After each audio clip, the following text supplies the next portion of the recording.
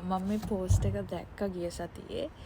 ඒක දැක්කට පස්සේ මට හිතුණා ගොඩක් අයට අයිඩියා එකක් නැහැ කොහොමද පබ්ලික් ට්‍රාන්ස්පෝර්ට් එක කාඩ් පාවිච්චි කරනකොට වෙන්නේ කියලා. ඇත්තටම මටත් එහෙම ලොකුවට අයිඩියා එකක් තිබ්බේ නැහැ. හැබැයි දැන් මම දැන් අවුරුදු ගාණක් තිස්සේ යූස් කරලා තියෙන හින්දා මට ඔයගලන්ට එක්ස්ප්ලেইন කරන්න and පෙන්වන්න පුළුවන්. ඉතින් මම ඒකයි මම දැන් ඔයගලන්ට පෙන්වන්නේ කොහොමද ඒක වෙන්නේ කියලා.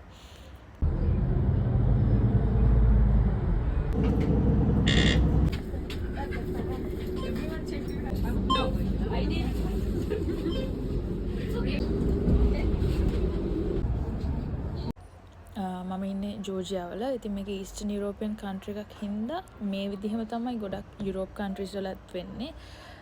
ඒක මම වැරදි නම් කාට හරි කමෙන්ට්ස් දාන්න පුළුවන් ඒගොල්ලන්ගේ රටවල වෙන විදිහ ගැන. මම පෙන්නන්නේ මෙහි වෙන විදිහ. ඉතින් මම කැමතියි ඇත්තටම ලංකාවටත් මේක එනවා නම්. මම සර්ච් කරාම රටවල් 110ක විතර මේ කාඩ් සිස්ටම් එකෙන් පේ කරන්න පුළුවන්. එතකොට ගොඩක් අහලා තිබ්බා කෑෂ්ද කාඩ් නම් බහින්න මහත්තයා කියලා එහෙම කමෙන්ට්ස් තිබ්බා. මේවා කන්ඩක්ටර් කෙනෙක් නැහැ. හැබැයි අපි ගෙවලා අපිට ටැප් කරන්න නැතුව යන්න පුළුවන්. එහෙම ගිහිල්ලා රැන්ඩම් තැන්වල ඉන්න නිකන් පොලිසියෙන් වගේ ඒගොල්ලෝ ඉල්ලන අපෙන් කාඩ් එක. කියන්නේ ඒගොල්ලෝ කියන අපිට ටැප් කරලා පෙන්නන්න කියලා. ඒක මහ ලොකු දෙයක් නෙමෙයි. ඒගොල්ලෝ නිකන් මැෂින් එකක් තියෙනවා. ඒ මැෂින් එකට අපි ටැප් කරලා කාඩ් එක දෙන්න ඕනේ. එතකොට අපි ගෙවලා නැත්තම් වැටෙනවා. ඕකේ මෙයා ගෙවලා නැහැ කියලා. එතකොට ෆයින් එකක් වැටෙනවා. ඕකේ සෝ නැතෝ කන්ඩක්ටර් කෙනෙක් නැහැ.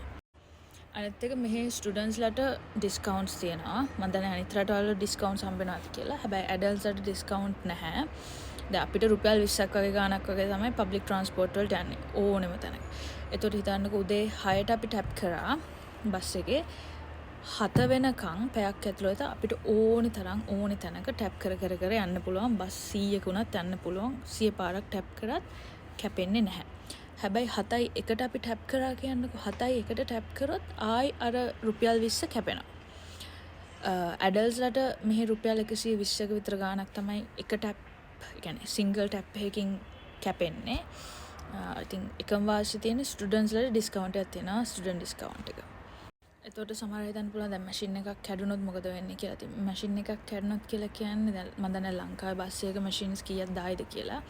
නෝමල් බස් එකක මැෂින්ස් 3ක් 2ක් ඊට වැඩිය තියෙනවා. එතකොට මේ මැෂින් අපි නගින දොර ගාව තියෙන මැෂින් එකෙන් අපිට ඕනේ තැනකින් ටැප් කරන්න පුළුවන්. ලේසි එක. මැෂින් එක කැඩුනා කියලා ප්‍රශ්නයක් වෙන්නේ නැහැ. ට්‍රැවල් කාඩ් එකක් තියෙනවා. ට්‍රැවල් කාඩ් එකත් යූස් කරන්න පුළුවන්. නැත්නම් අපි යූස් කරන බැංක් කාඩ් එක යූස් කරන්නත් පුළුවන්. හිතන්න කමර්ෂල් බැංක් කාඩ් එක අපි ඩෙබිට් කාඩ් එකක් තියෙනවා කියලා.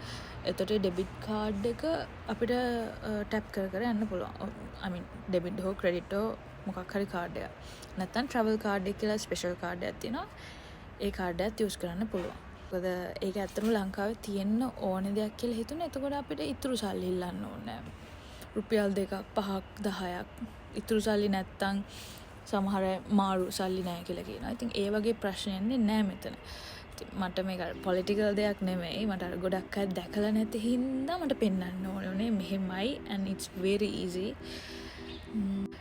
ඔයගොල්ලන්ට මොකක් හරි ප්‍රශ්නයක් තියෙනවා නම් අහන්න. හැබැයි මේක මගේ ඔපිනියන් එක. මම මාර ආසයි ලංකාව එහෙම වෙනවට.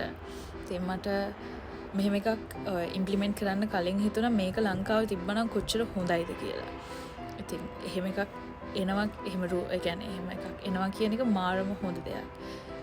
අපි හැම එකම රූල් එකක් එනකොට මොකක් හරි එකක් එනකොට අපි කෑ ගහන්න විතරයි දන්නේ. හැබැයි ටික කාලයක් ගියාට පස්සේ අපි ඒකට පුරුදු වෙනවා. මට හිතෙනවා මේකත් එහෙම වෙයි. 100% මේක හොඳට අපි කරන් ගියොත්. Yeah. Thank you for watching. Bye.